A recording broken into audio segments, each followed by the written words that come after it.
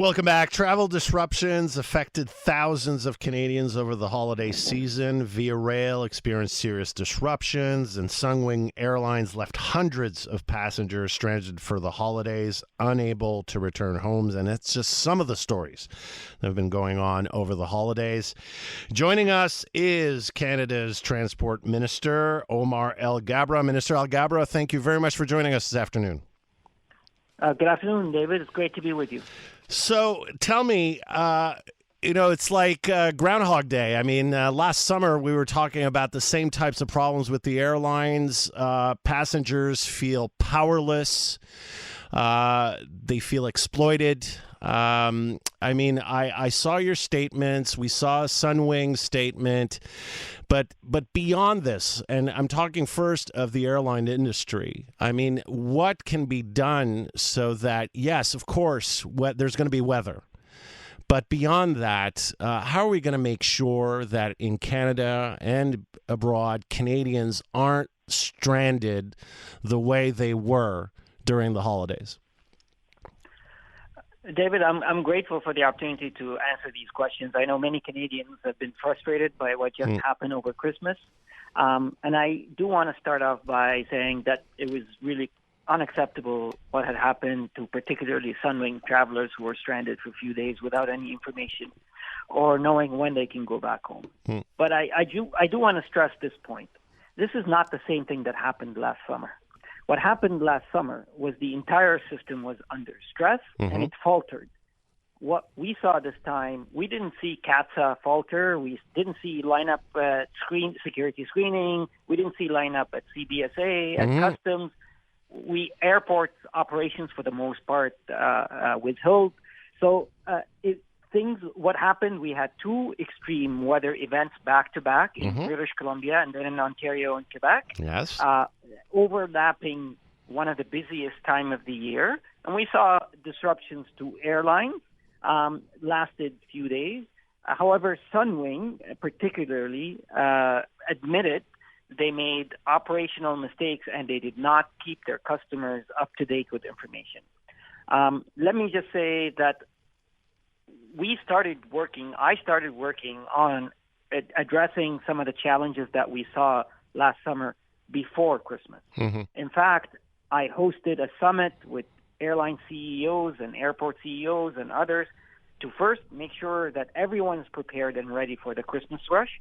Second, to address the lessons that we learned from last summer. And we started working on several things. And one of them is how can we strengthen the air passenger Bill of Rights? Because what we saw last summer, and unfortunately we saw some of that this Christmas, there are opportunities for us to improve the rules that we have, to clarify the rules that we have, and to ensure that airlines uphold their responsibility towards their customers. Okay, but Minister Alghabra, I understand that, and I appreciate the reaction and the specifications here, but in terms of what happened over the past 3 weeks, how is a future modification of the passenger Bill of Rights going to help these people that, went through hell over the holidays? I mean, the thing is that right now, how are you going to make sure that people are going to get the compensation they deserve? They're not going to be thrown from one place to another. The CTA and the airlines, it's a lot of red tape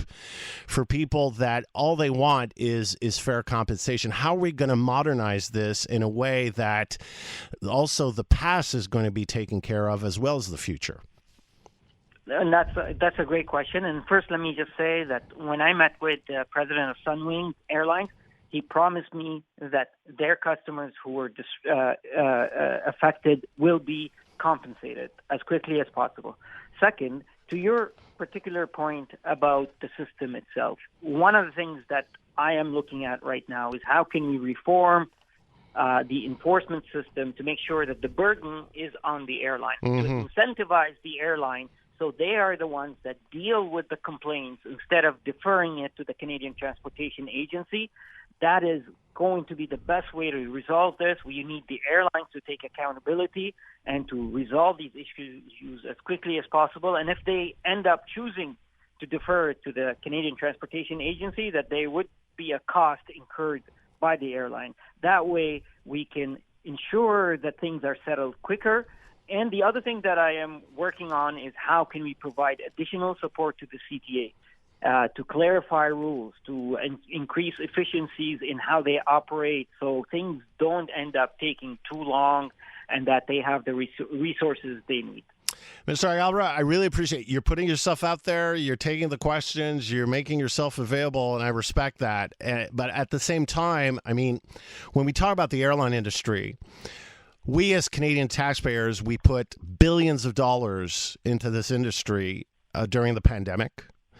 And since then, and as you've noted yourself, the surface hasn't been there. There have been some explanations as to why that is out of the control of the airlines, but at the same time, some of it is under the airline's control. And I get callers, I get emails, I get a lot of our listeners that, can't seem to get any type of satisfaction. What is your timeline in terms of making real changes? In Europe, they have legislation that really protects travelers.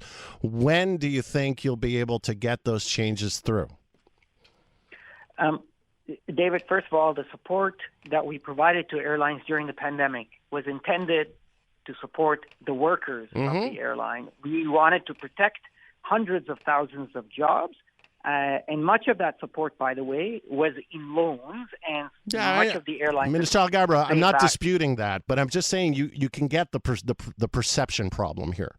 I understand. That's citizens are mad now and feel that they've done their part. All they wanted was to have a vacation, and okay, there were weather events, but you can't be stranded somewhere in Mexico not knowing when you'll get home. There has to be Plan Bs. I totally agree, and I share their frustration, and I am equally mad. None of us wanted to see this happen during Christmas. Sure. And despite all the preparation that we did at Transport Canada to work with the airlines, yet it happened, and I hear you. That's why So what's your timeline? What's your timeline? So my plan is to have, because it's going to require legislative changes, my plan is to table a proposal this spring session in Parliament. Super. Let me now shift gears to Via Rail.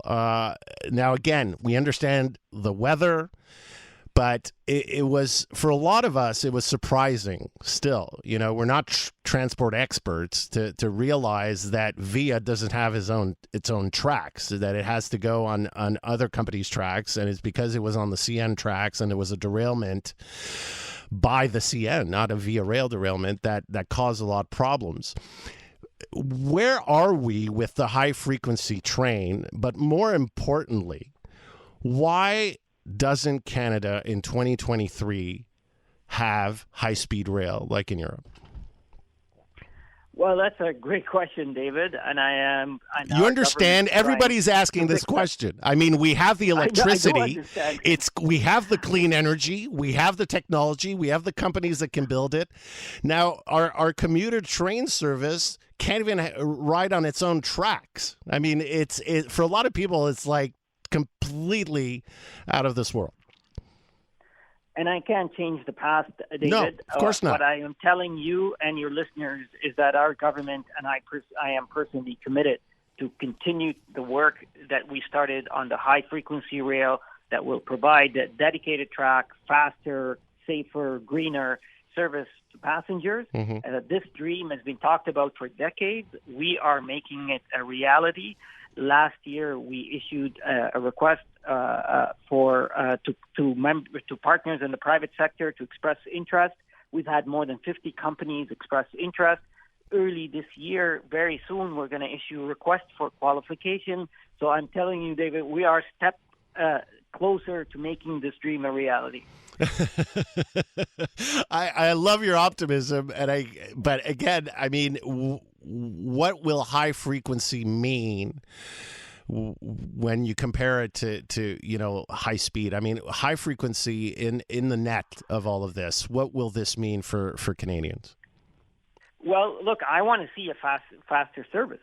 So I'm hoping that we're able to get a service between 200 to 300 kilometers an hour. This is what we're seeking input from private sector partners. We'll see what the expertise out there offers and makes proposals. But I'd like to see a service that is faster, that has a dedicated track, and that will be electric. Okay, and the timeline for that? So as you know, David, these type of projects are complicated. Yes. They require a lot of time. I'm hoping, as I said, this January or February, we're going to issue a request for qualification. Later this year, we're going to issue a request for proposal. I'm hoping that we start construction on this in the 2027 timeframe, and hopefully it'll be completed early in the 2030s. Minister Alghabra, I really appreciate your time this afternoon, and I appreciate every time there's a big story, you face the music, and I really respect that, and I wish you all the best for the new year and continued success and speed both on the airline and rail fronts. Thank you very much, David. Happy New Year to you and to your listeners. Thank you. Omar Alghabra, Federal Transport Minister.